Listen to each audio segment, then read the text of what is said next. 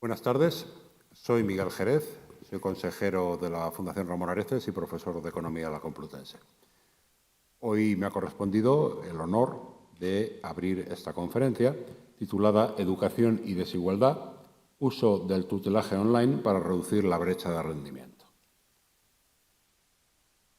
El tema de esta conferencia, el tema de fondo es muy interesante y es que últimamente en economía hemos empezado a aplicar métodos experimentales para recoger datos acerca de actividades importantes, como pueda ser la educación en este caso, y valorar el rendimiento o la eficacia de determinadas metodologías.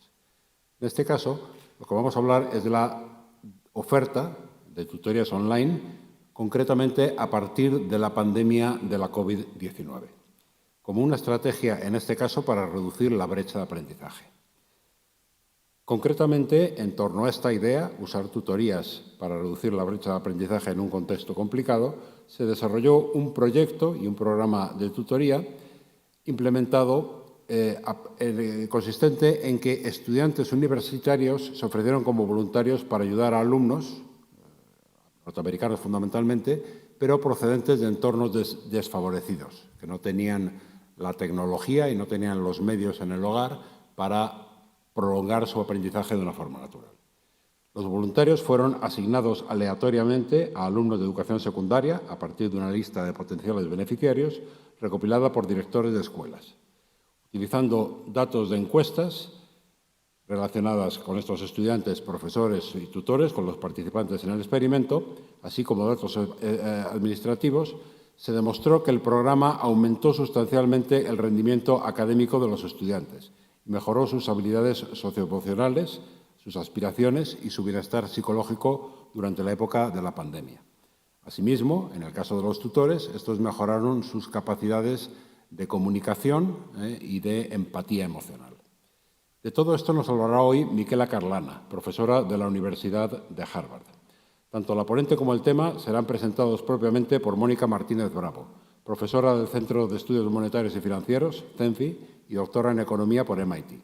También ha sido profesora de Johns Hopkins University, profesora visitante en MIT e investigadora asociada en el prestigioso JPAL. Su línea de investigación se centra en la economía del desarrollo y la economía política. Eso es todo lo que quería decirles. Muchas gracias. Le cedo la palabra a Mónica Martínez Bravo.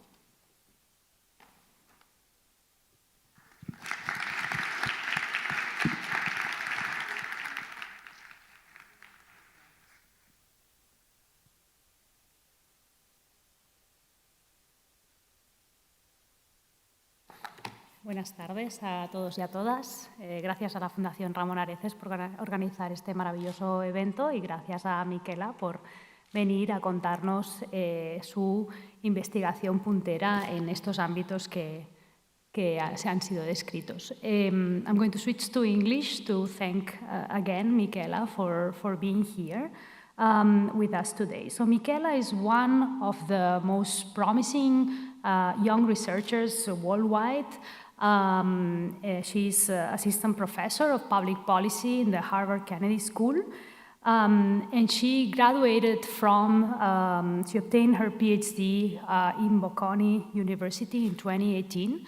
So I'm particularly proud to see how young cohorts from European PhD programs can join the worldwide leaders in economics and doing fantastic research.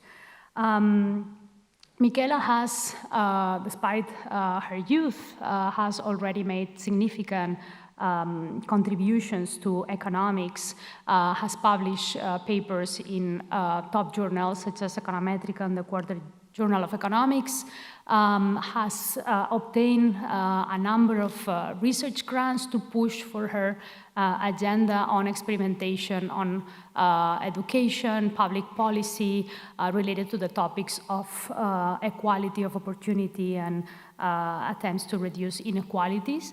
And she has recently obtained a European starting grant from the European Research Council on the topic of stereotypes and opportunities, fostering interactions and awareness. So it's a real pleasure to have Michela with us today to tell us about her work. And without further ado, Michela, the floor is yours. Thank you very much.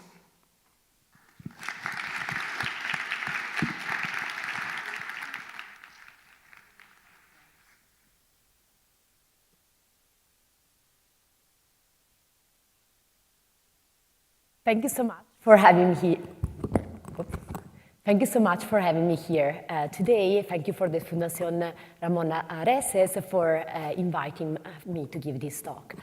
This is like a particularly important topic given that we recently know that worldwide inequalities in educational outcomes have been like deeply increasing during the pandemic. One of the main causes of that has been like school closure due to COVID-19 that has exacerbated the learning outcomes across the students.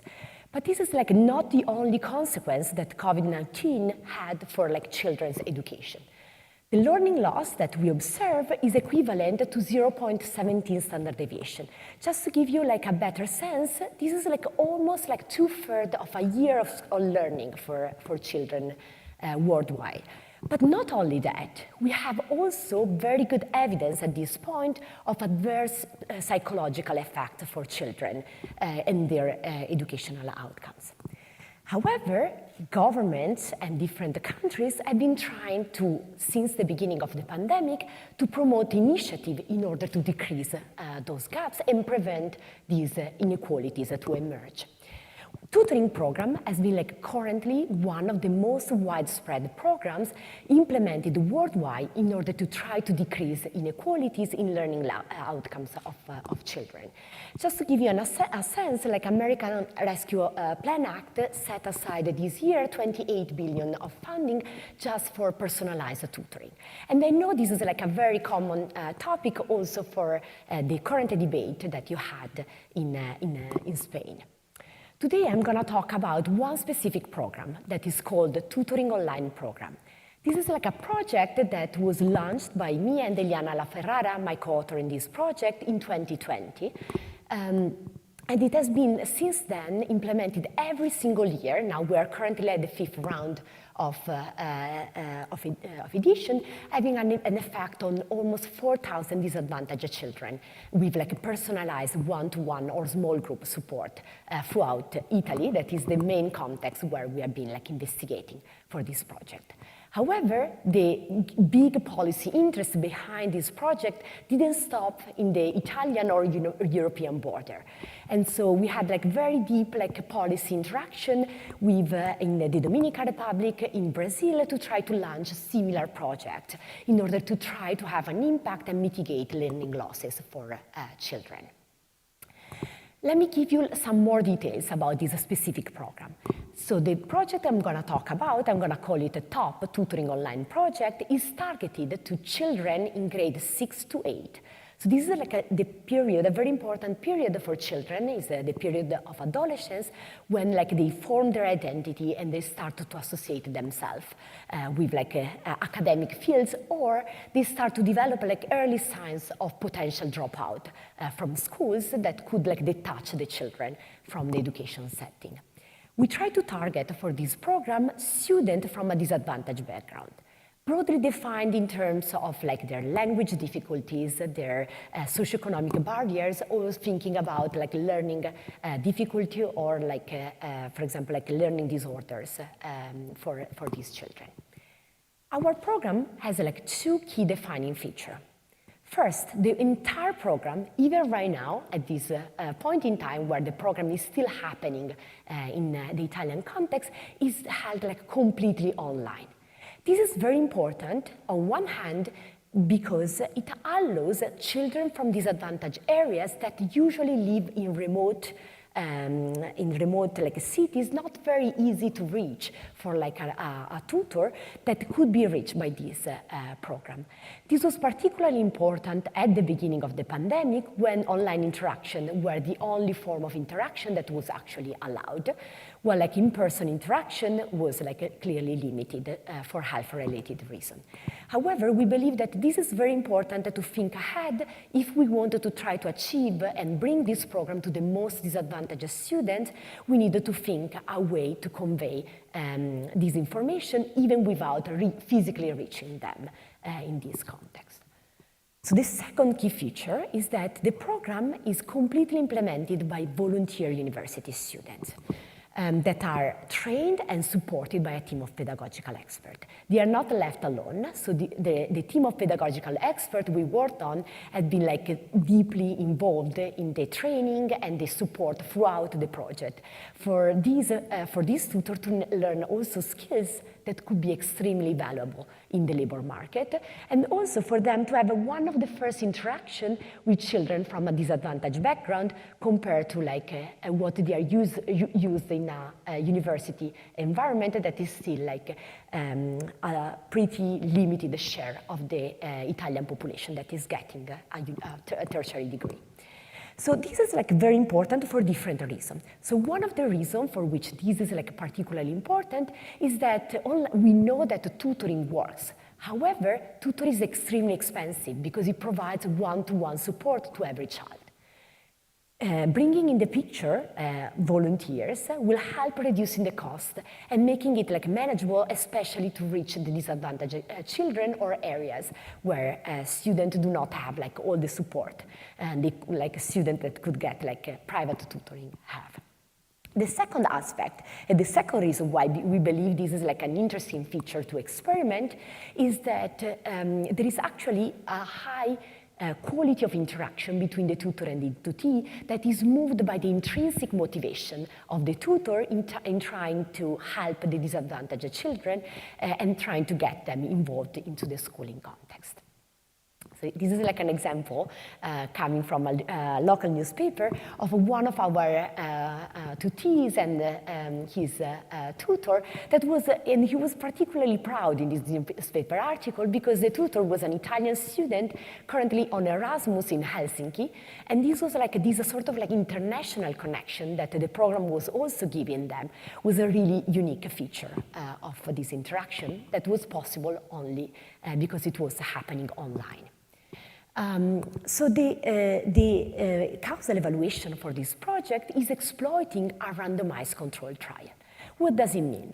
We take all the applicants for this project that are usually way beyond the number of volunteers that we can support in this project, and in order to give a fair chance to everybody to get access to this tutoring, in the first year we randomize which student get access to the tutoring among the pool of applicants. At the end of the school year, we're going to compare the outcomes of the student that got access to the program compared to the outcomes of the student that applied but did not get assigned to a tutor. This is very important because it allows us to say what is the causal effect of actually being assigned to a tutor on top of the usual instruction that is happening in the school context. I'm going to show you different set of outcomes in different dimensions. And these are all coming from very detailed survey that we collect from teachers, parents, students, and tutors themselves. So we have a very deep data collection at the end of each round of implementation. But not only that, there is actually administrative data that we match at individual level with following, for example, the teacher assigned grades and absences. We know which high school track the student attend after our program, or we start to follow them with administrative standardized test score implemented by the National Evaluation Center that is called Invalsi in Italy. What I'm going to show you is the following. First, the program had a very strong impact in terms of the performance in the standardized test score. This more than compensates the learning loss that we observe. So substantially giving this program that offer one-to-one support more than compensate that average of 2/3 of a school year that I discussed at the beginning as happening throughout the world that is actually pretty common, is very similar to the average of the learning loss in the Italian context as well. Even 1 year after the end of 1 year and a few months after the end of the program, we still see a very positive impact that is almost a little bit half of the original impact that we observe. So this student, even without being supported in the following academic year by a tutor, still are doing much better in school. However, we do not stop at this dimension, the dimension of the standardized test score or teacher-assigned grades. And we collect 3 other set of measures that are very important for the future of the child. So the first one is a measure of aspiration. We are interested to understand in particular whether students wanted to drop out for school or whether they wanted to stay engaged into the school context, or whether, for example, now given that they get exposed to students that go to university, tutors that go to university, whether they may be interested in going on to tertiary education themselves. The second dimension is social-emotional skills. We know that social-emotional skills like grit, perseverance, or locus of controls are strongly associated with future earnings of individuals. We do find that also in these 2 dimensions, the program in 2020 was producing extremely positive outcome. Finally, the key dimension that we collect, especially during the school closure, was a measure of well-being, psychological well-being, with a happiness scale and a child depression screen. And this shows, again, a very positive impact during the school closure in terms of effects for the children in the treated group compared to similar children that applied to this program but were in the control group. We replicated this program, as I said at the beginning, even after the pandemic. So not only when schools were closed, but we wanted to test whether the results were still there, even when students were allowed to have normal interaction outside their school, normal in-person interaction outside their home. And what we do find is actually very similar effects in terms of the standardized, the performance in the standardized test score. So still, this program, even if it happens online, it still shows very positive effect in the learning outcomes. One dimension that we do, the other 3 dimensions that I discussed, like aspiration, social-emotional well-being, and social-emotional skills and psychological well-being, we do not find statistically significant effect. So this is important because during the pandemic, the possibility to develop those skills was extremely limited, and the level of depression was extremely high on these children. After the pandemic, we know that this online interaction is actually very useful for the learning of the child, but doesn't completely substitute what could be gotten by the student outside with the interaction, with the in-person interaction with their teachers or their peers. The project contributes to a very large literature thinking about tutoring and mentoring, among which we have also the Spanish example, a very good Spanish example of the fact of tutoring on learning outcome of students. And what we try to do is try to compare this program both during and after the pandemic, but also thinking more broadly about a context where the interaction is happening online, is less visible by the peers, and so the students that are subject to this a remedial education program are subject to less stigma attached with being in remedial education, because their peers are not going to observe that they are part of the remedial program. And so this is one of the main advantages that I believe is present in online tutoring that in in-person tutoring we do not have. Second dimension, we also related to the literature thinking about COVID-19 and educational outcomes, providing the fact of this tutoring program for this specific age group, student in middle school, and that both we are resources both during and after the pandemic. And finally, we try to collect a measure that go beyond academic outcomes. And this is part of a large literature that now is very common in economics, thinking beyond the academic outcomes, because we know that the test scores are one of the very important measure that are correlated with future earnings and well-being of individuals. However, it's not the only dimension. And as economists, we became more and more aware of the importance of studying soft skills and psychological well-being, and so this is why right now this is pretty standard policy in the economics debate and the attempt to collect this measure to evaluate the impact of any program or the program targeted this dimension on these outcomes. I'm going to tell you a little bit more about the program now. Like, how did we end up doing like the recruitment? So the program, the first year, was actually implemented like very fast since like the beginning of the pandemic. We started in March 2020 because we realized that the schools were closed. Italy was one of the first countries to close schools right after China. And we realized it would be like very tough for school to happen in person before the end of the academic year. So we started to set up the program, and initially we did it like independently as a researcher to be fast and be able like to address the learning losses before this emerged for like these disadvantaged students.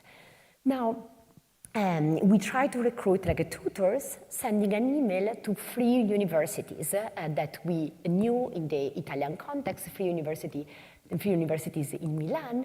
And we asked like the student from those 3 universities whether they were interested in volunteering for this pretty intense like a program that required either 3 or 6 hours per week of direct support plus some training on the tutoring side.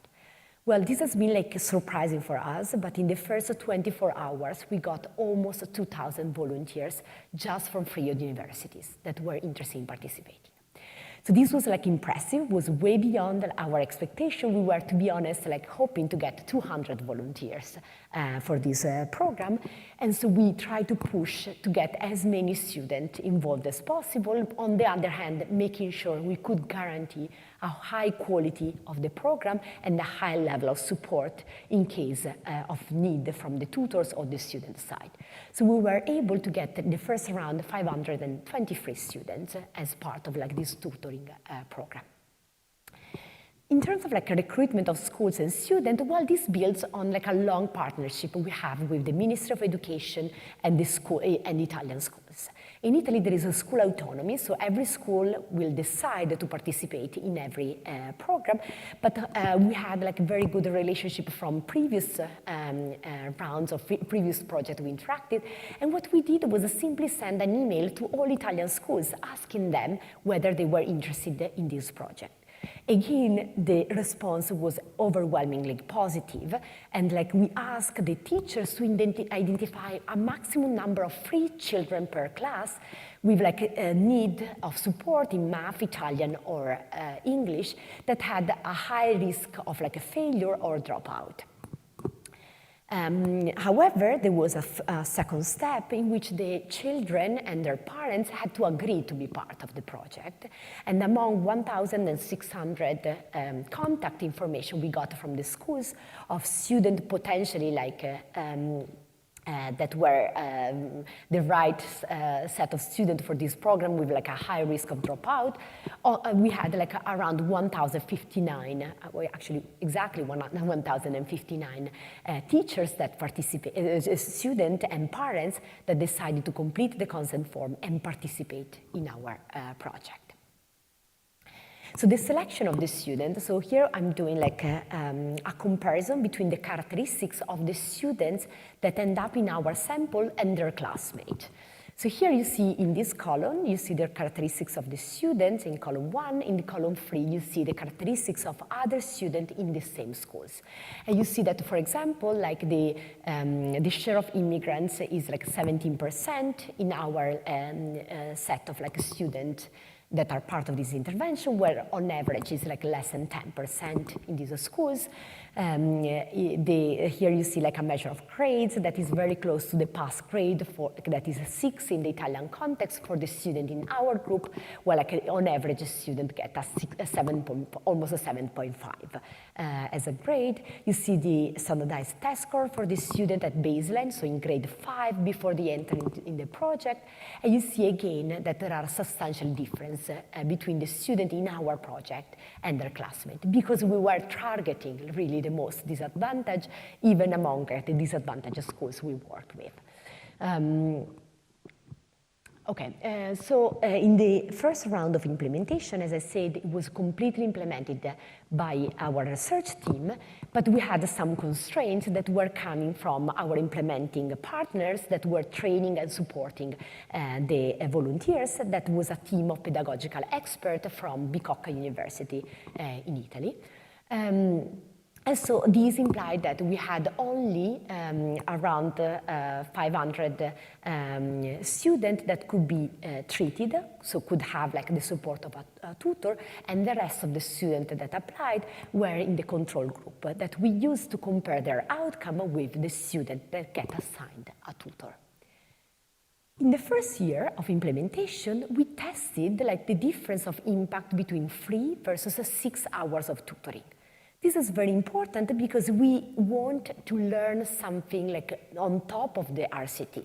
We wanted to learn how much intense tutoring was really leading the effect, or whether like even 3 hours of tutoring was enough to lead to positive effect. So we cross-randomized among the treated students whether they were exposed to 3 or 6 hours, conditional on being like a student in need of support in more than one subject. That were the great majority of them. During TOP 2022, we had a different set of constraints. We expanded the number of partner universities. However, the number of volunteers was not as high as the first round of implementation.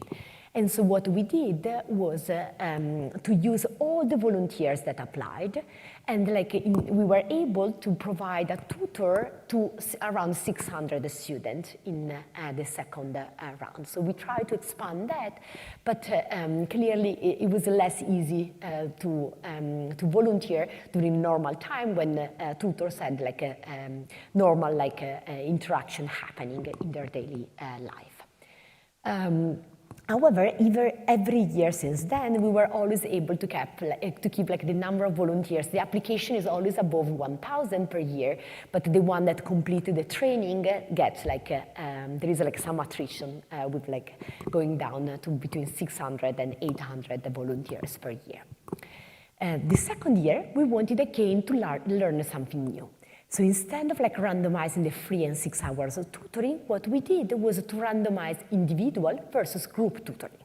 We wanted to understand if like the effect were the same of having like a tutor for 2 students. It was way more cost effective, and we could reach way more students if we were allowed to match them in groups of 2.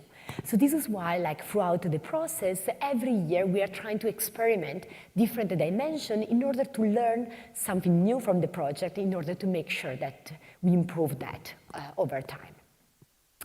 So most of the students got support in math. So this was like by far the one where there was a request, and this is like covering at least a little bit of like this subject. So 70% of students, both in 2020 and 2022, covered like math, and then we go between 30 and 50% that covered like Italian and English. And even in the intensive margin, if we see how many minutes they did of like math, was by far the subject in which they worked the most. So the training and support of the volunteer included several components led by the team at the Bicocca University of pedagogical experts.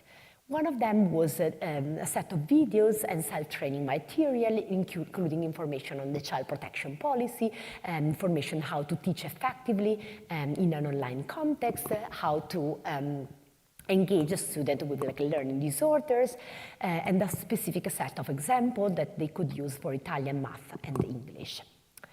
On top of that, every round they had a supervised forum where the students, that was essentially creating a community among the tutors, where they could ask questions, share experiences, and just like make sure they felt like as part of like a bigger community. Finally, they had the possibility to have both group session of counseling and individual session of counseling with like their supervisor. These are very important, especially for those cases where there are like more difficult situations to handle, especially given the background of the student and the fact that the tutor, through their camera, they were entering into the home of the children, and they could observe something that needed higher attention. We had very limited cases of that, but like the structure of the program was set in place to have like some expert that could help and support in this direction. During the 2020 edition, we actually partnered with this team of pedagogical experts that had already a platform for the training of the tutors. However, we allowed them to use Zoom, WhatsApp, or whatever method that they could use in order to implement the tutoring with the supervision of ideally a parent or an adult in the home for the child. From 2020, we use the WeSchool platform, that is one of the standard platform available also in Spanish to do a remote learning. And so this is very important because in the same platform, they can both do the Zoom call or connect with the student. They have this supervised forum, they have all the training material and the information available. The number of tutoring meetings was around 17 in 2020 on average and 19 in 2022, so pretty comparable in the two editions. Let me skip ahead and tell you a little bit more about the measure. So on top of the first set of measure that I'm going to show you is related to the academic outcomes. So grades from administrative data, but also information on the beliefs of children. And then we have a bunch of questions on aspirations, socio-emotional skills, and psychological well-being. So the student in our sample have depending on the rounds, between 20 and 25% were from an immigrant background, so a pretty high proportion, and they have they are coming from a pretty disadvantaged background. So let me jump in and show you the main results. I'm going to focus first on three sets of academic outcomes. The first one is the teacher-assigned grades. So this is a grade that goes from 2 to 10, with 10 is the maximum, but 6 is the pass grade. And this is a particularly important point, because if you get a below 6 grade in more subjects, you can be retained and you have to repeat the entire school year, losing some substantially your classmate and having to resettle in a different team. So what you observe here is that in the first column is that the student in the treatment group increase of 0.12 their grades. This 0.12 points is equivalent to 0.11 standard deviation. So it's a pretty large effect in terms of their learning outcomes, especially given that the administrative data and the teacher-assigned grades have been compressed during the pandemic, with teachers being more generous overall in their grading. Despite that, we still see this positive effect. In column 3, you see the impact on failure rate. That is a more immediate measure to think about. So in our control group, 18% of the students still failed in math. However, in our treatment group, this decreased of almost 5 percentage points, getting us to a 13% of students failing in math instead of 18% in the control group.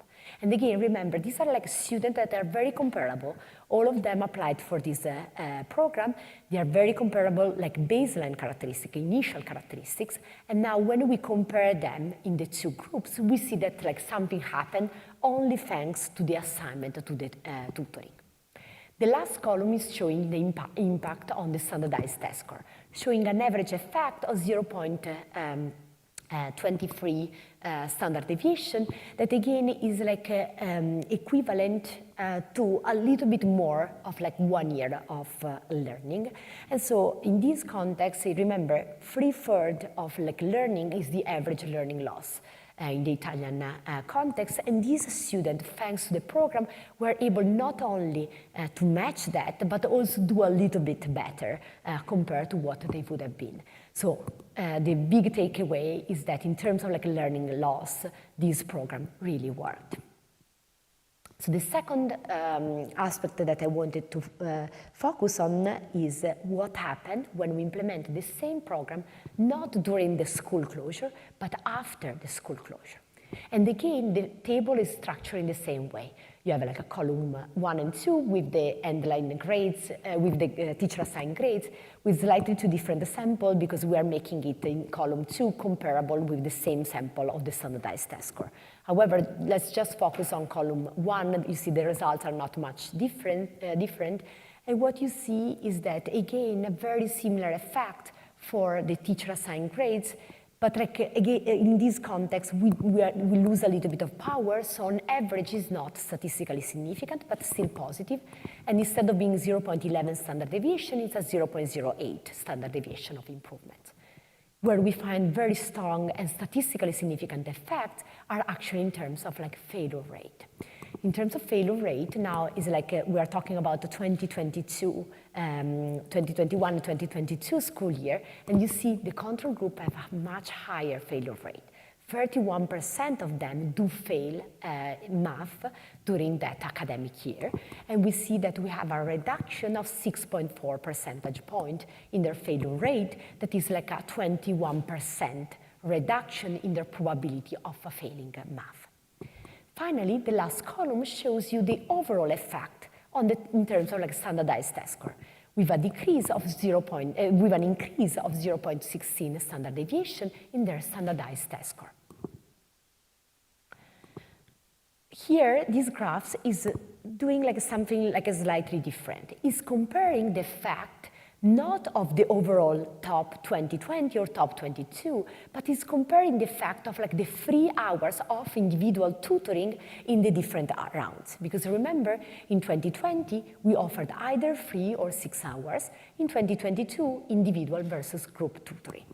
And so you see that the facts overall are comparable, more noisy in terms of like teacher assigned grades, very more precisely identified with the test score that has like more variation and allows us to capture better the learning of the children. Okay.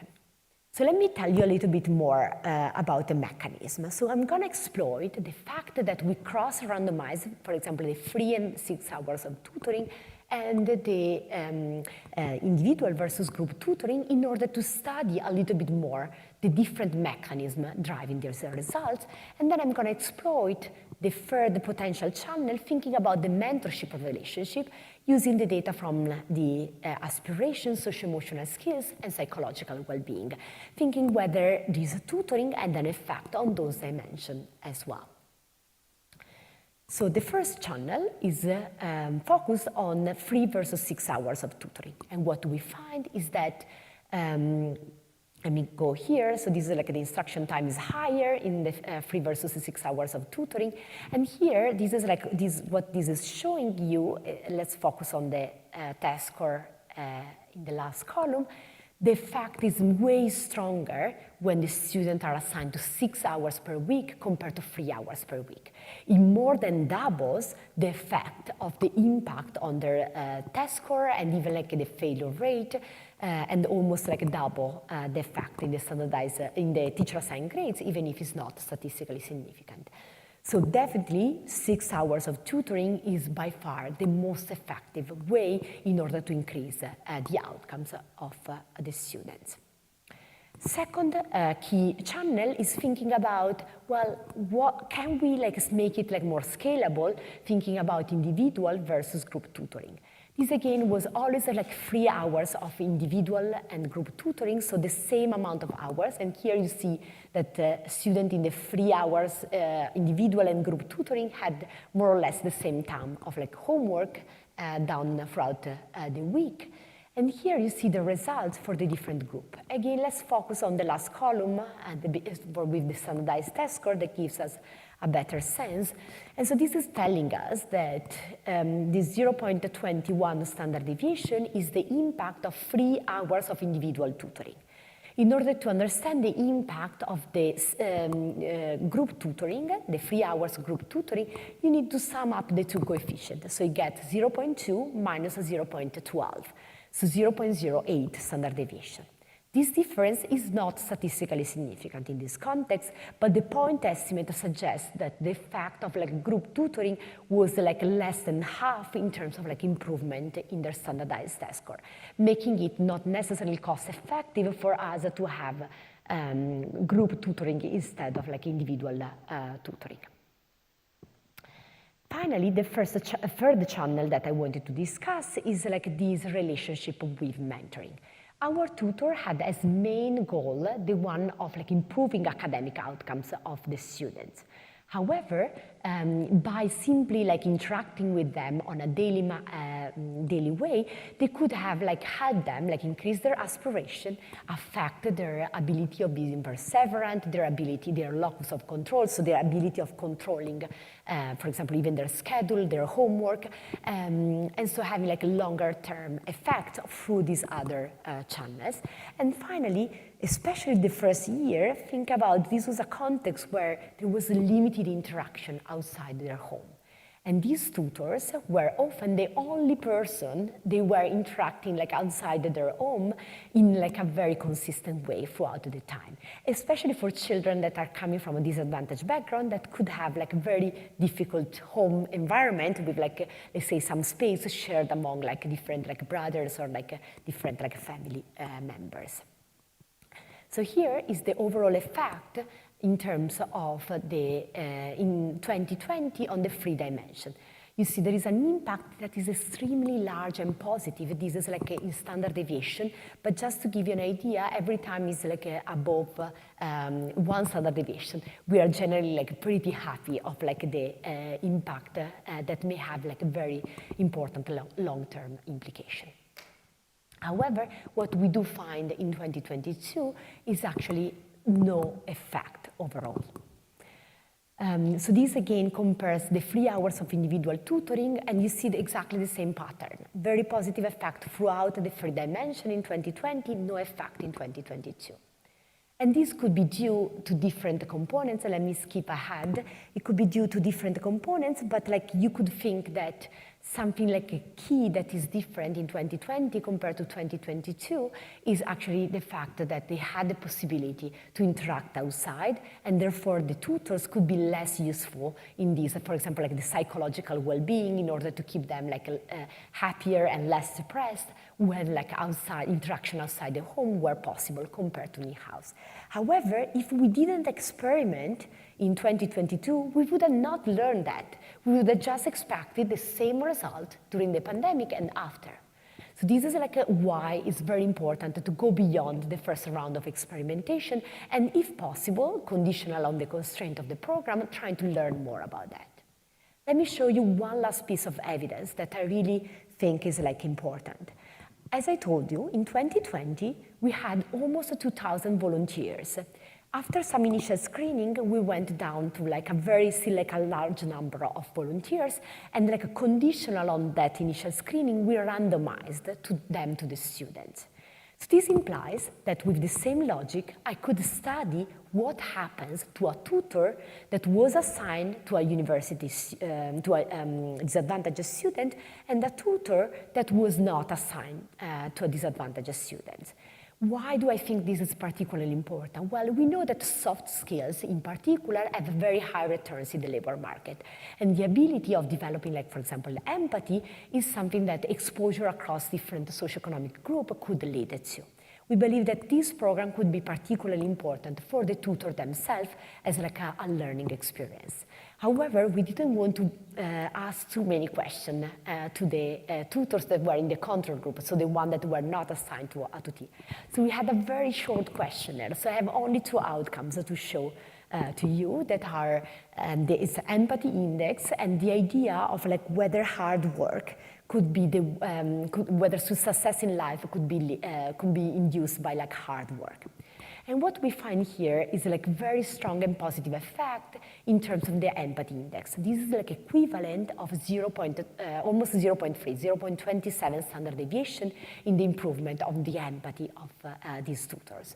So we really hope that these type of projects are leading to something positive, not only for the children that get exposed to the tutor, but for the tutor themselves. However, it doesn't change their attitude that the hard work can lead to success in life. And this, in part, we observe, was due to the different experience that tutor had. They were assigned to students from a very strongly disadvantaged background, and some of them were remedial education kids that really didn't want to work hard. And so they had very heterogeneous experiences on how much they were taking advantage, or how careful they were in doing their homework in their experiences. So this is what driving the zero effects, overall effect that we find here. Let me conclude. So I show you evidence that online tutoring can be a very effective tool in order to promote learnings of students. It was true during the pandemic, but also after the pandemic, when in-person interaction are still happening. During the pandemic, we had this extra bonus that was coming from an improvement of aspirations, social-emotional skills, and psychological well-being of the students. We believe that there are very important advantages of keeping some part of the education online in order to be able to have qualified tutor that reach students in these remote and disadvantaged areas, and also keeping it highly cost-effective. Especially if you're working with volunteers, you can't ask them to travel 1 hour to the place where the student is located, and so in this way, keeping it online, they can do it from the university campus, from their home, no matter where they are. There are some potential limitations related to internet access and technology, and right now we are thinking about experimenting different ways of recruiting and retaining potentially the tutors as they are a key part of for this project to grow. So for the future, thinking ahead, I really believe that this type of intervention could benefit from the use of big administrative data.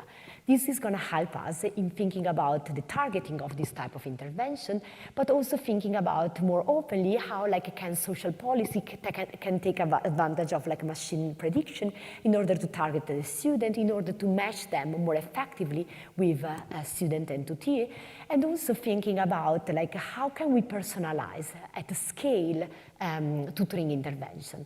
If you think about it, the Socrates method was actually based on individual interaction between the student and a mentor. This has been very highly effective, but it was limited by the fact that it was from an elite part of the distribution.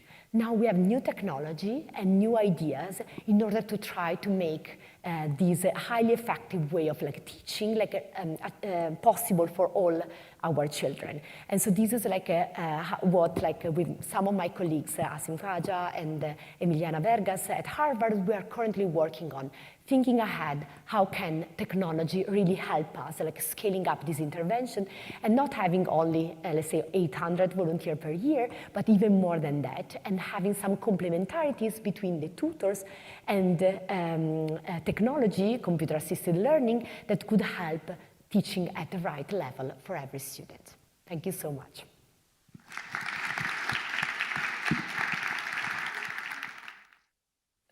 Well, thank you so much, Michela, for presenting this fascinating work. And before asking you more kind of research-focused type of questions, I wanted to ask you if you could reflect a bit on the broader context of why you started working on this. I was also thinking about how many of us felt at the beginning of the pandemic that, so many of us were in shock, but we also had this feeling that we were somewhat fortunate in the sense of being able to work remotely, having the economic means to not, to shelter through the shock and help our families. But at the same time, we saw so many people struggling, in particular children from vulnerable families that didn't, all of a sudden, overnight, they couldn't go to school. And we know from previous research how important that is to them. So I think that, from what you describe, it takes quite a bit of courage to launch this overnight. So I wanted to ask you whether you could tell us a little bit more of how the project came across and whether it comes from that feeling of we have to do something to help these people. Yeah, thank you for the great question. So I have to say that I was in the US during the pandemic. Italy was one of the first countries that hit very hard. And it was extremely tough for me to see my family and what they were starting to go through. And knowing in the US, it was still a time in which people were not even wearing masks. It was not something that was not even considered that it would have been possible. It was something, it happened in China and Italy. It was not something that is gonna really spread here. But I knew what was really going on, and there was something deeper than that. And there was my attempt, and I do study education. I've been studying education since the beginning of my PhD. And I know like how important like the school is in terms of like mitigating inequalities for children from disadvantaged background. I haven't shown you that, but if you see the learning loss is highly correlated with like the socioeconomic status, with children from the top quintile of the income distribution having substantially no learning loss, and if anything, they actually are doing a little bit better in reading because they had more probably personalized interaction by highly educated like parents. And so when we started this project at the beginning of the pandemic, it was really driven by the fact that we knew there wouldn't be like a bunch of papers thinking about the learning loss. We just like didn't want to write that paper or like think about that. We wanted to like just make sure that the children from a disadvantaged background could try to mitigate those like learning losses like as fast as possible, and we needed to act fast. And so this is why like we were able, thanks to like some support of like the LEAP at Bocconi University, and some support of like the Malcolm Wiener Center at Harvard Kennedy School, to be able to launch this initiative like almost like overnight, literally. It was like on a Sunday that I was talking with Eliana La Ferrara, that was my co-author for other project, and we were like, look, the learning gaps are gonna get like much bigger, what can we do about that? And then there was also this other positive side of like a lot of university students that were displaced, people wanted to help, but didn't know how to do that. And this was like our attempt to give like a reason to them, but also to ourselves to help the community that was the one that was most likely to be affected. So definitely very, very impressive work also like from that angle. I also wanted to ask you a few things that might seem small details, but when I talk to my students on, doing RCTs and doing these kind of interventions, they end up seeing, very small barriers, and I always try to find opportunities to ask researchers how did they circumvent it, right? So for instance, in one of your slides you said that you sent emails to all the schools in Italy, which sounds very impressive. Like, how did you do that? Also, like, you also say that you have access to admin data on these test scores. Is that easy in the context of Italy? How did you work that? Is it that you work through the schools or through the government agencies? Could you tell us a little bit more about this thing? Yeah, absolutely. Well, actually, the recruitment was pretty easy because there is like you could Google that, and I discovered that like Googling it to do this project. There has been like someone that put together an Excel spreadsheet with like all the public email addresses of the schools. Good. And so this was actually easier than I initially thought. And so I sent like these like sort of like mass email to all Italian schools. Then like some of them may have not like read my email. So this is why, for example, right now that we're working with an NGO that is taking care of the implementation, they are even more careful in trying to reach the schools in the most disadvantaged areas. They may like have less time or like less attention like to every like email, and so they just like call them. Like having more time, you could do a much better job compared to what we were able to do like in like 3 weeks, setting up like the project like very fast. But like I would like tell to your student not to get discouraged, because like schools are very and teachers are very willing to learn and interact with like a researcher. Now, the important thing is that often researchers don't give back. So they go to school, they collect their questionnaire, and then they leave, and they never share the results of what they learned from those questionnaires with the schools. This is the biggest mistake that you can do if you want like to really build a long-term partnership with schools. So you should really think, how can you give back? And our way was like not only try to give like them a tutor, but also trying like to keep them engaged, to give them like for other projects I've been giving like to every teacher that was participating in the program some specific report with the administrative data from their students. So something that they are very curious about, but they do not observe otherwise.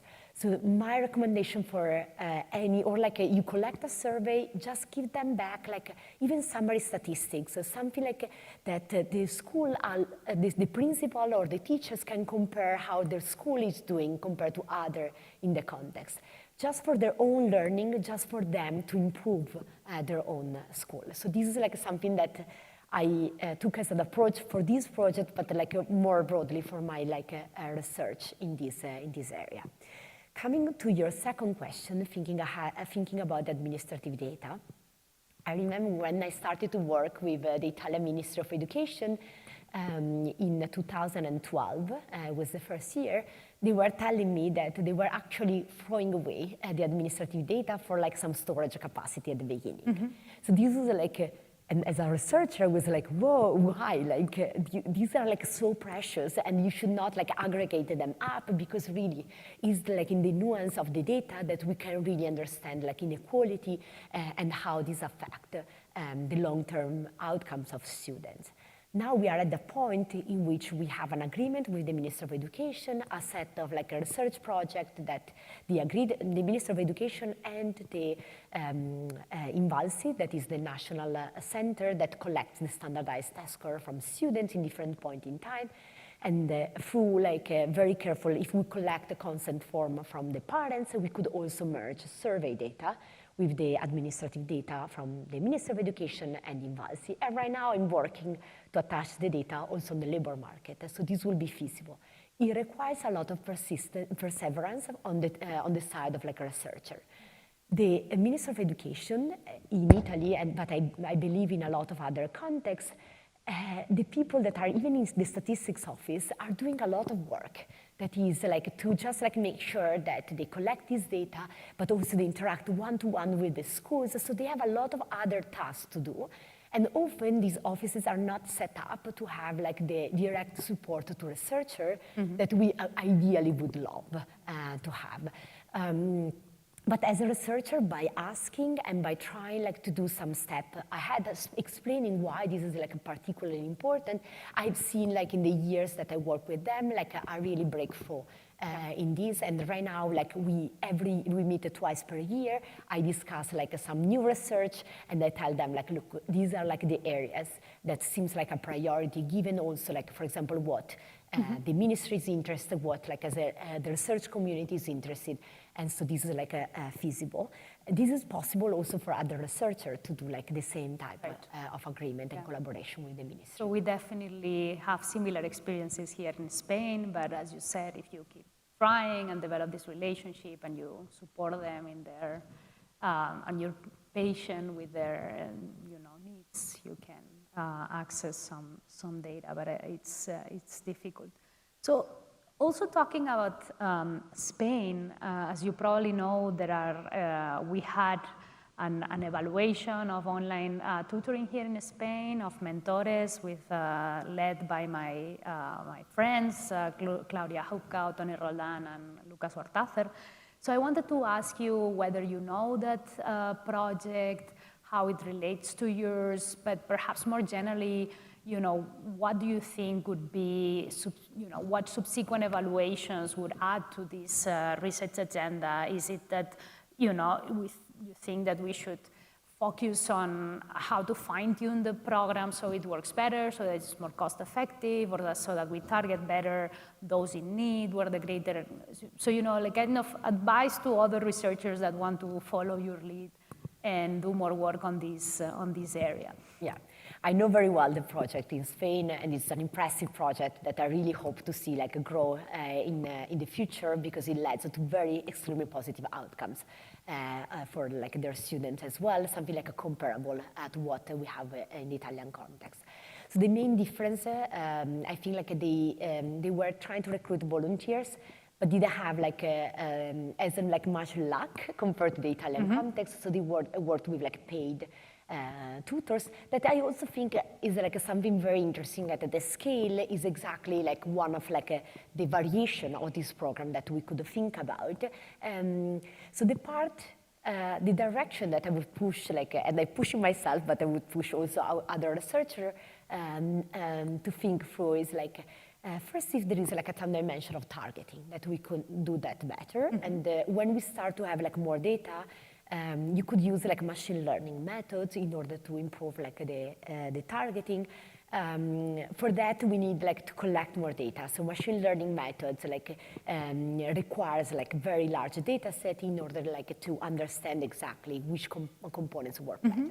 And so these push toward the direction, say like if we want to do a better targeting, we need to keep like collecting data, keep like understanding like how to improve it like over time.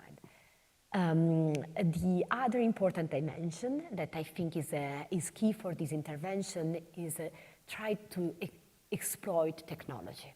So technology, and right now it has been like improving impressively. I've seen like some starting points with like, for example, the Khan Academy that developed like an online tutor that seems to be like extremely promising. It's still like only in English in the US context, but like I believe with like the current like ChatGPT version, it will be very feasible in the next few years to develop like an online tutor that could provide personalized learning to students without giving them directly the answer, but helping them to ask the right questions and like giving them, like helping them to essentially make a complex problem more simple, dividing it step by step and learning like step by step. Another great example is the MIT Media Lab, that right now is like trying like to push like this online tutoring to be so personalized that you can actually pick who will be like the person like teaching to you. You could pick like from Einstein teaching you physics to a singer, your favorite singer that will teach you like math, or like your football player. And so I feel like this is another way that will be very interesting to explore, because for children, somehow seeing like a role model, someone like choosing their own like mentor, it could be something like additionally that could lead like to even further positive results. And I think it will be very interesting to explore that. But not only that, also the combination of how can we use more effectively tutors, let's say, to support more students, because they just help and jump in, making sure that the students are going through the virtual tutor, or like just making sure to ask whether they have further questions even after the virtual tutor. So I don't believe like we should substitute completely like the tutoring, but it would be very interesting to explore variation of interaction between like in-person or like online tutor and like a physical online tutor and like virtual tutor. So I think that's a very interesting comment in the sense or question, right? That we are kind of at a tipping point of sorts, in the sense that with technology we can do more, and perhaps, but it's not clear how, you know, to complement human resources, right? And I think that, and wanted to see your views on this, that particularly when you think of vulnerable populations, you really need to find a sweet spot between finding cost-effective measures, but not crowding out the in-person support that oftentimes these populations badly need, right? When you think about these vulnerable children, just sometimes even talking to a highly educated person makes so much of a difference, right? And some recent research also suggests that in-person interactions are critical. So, do you agree that there is, we'll have to find a sweet spot in terms of balancing the two things, or how? I definitely agree, and I think this is exactly a great area of experimentation. So we should like be open in trying to understand. For example, like every year in our program, we can't like give a tutor to every student that apply, and so they are getting like, if they apply again, they are getting the tutor the following year. But every year I feel like super bad, like even if we have like 800 tutors, I'm not giving like a tutor to every child that needs that. However, if technology is gonna help us, like making sure that every child that applies will get some support, and so maybe like dividing the time of the tutors that they offer their availability among like more students, we're gonna find like fine-tune it and like find the right amount of like personalized learning that they can get through like a virtual tutor, but also just making sure that there is someone in the background that they could like talk and have some initial interaction that could keep them motivated to also do the exercise of the virtual tutor. So I feel like this is like exactly what you're saying, and there is a lot of space for experimentation, a lot of ideas and creativity coming both from the tech world, but also like a social scientist that we should really push forward in the next few years. Great. So we're running out of time, but I wanted to ask you one last question. That last week we had this, the PISA report got published, and sadly it confirmed many of the intuition that many of us had and that you describe on the learning losses from COVID that were quite massively. Do you want to comment on that report other than that, like not positive note? And I guess that one question would be, what do we know about how to undo those effects and help support those populations? Is there some intervention that we could push to make those students that lag behind, that lost so much learning, catch up? Is there something that we could do to boost that process? Yeah. So all over the world, there is actually the PISA data have been showing like this overall trend of like learning loss. Not like too surprising. There are a few things that get me even more worried, and this is actually consistent with some work that some researchers have been doing in the US context that showed that like in areas that were closed like longer, the actual learning loss was like more wider. There is also something like on the gender. I do work a lot on like gender bias and like the gaps between boys and girls. And in a lot of countries, we have seen like these gaps getting bigger. And Italy has been like one of those countries, especially in math. So this seems like when like the school is not intervening, then the learning gaps between the genders get even bigger when you have like, you delegate essentially most of the education to the family. So I feel like there has been like a couple of meta-analyses that try to evaluate more broadly different set of intervention in education context to try to understand which are the most like effective intervention. And this is, to be honest, like how we started this program, because the one intervention that has been shown through different contexts, in person, for students at different grades, with like a different intensity. We know that like intense tutoring works. And like this is like a push that we need to have moving forward in completely changing how we think instruction.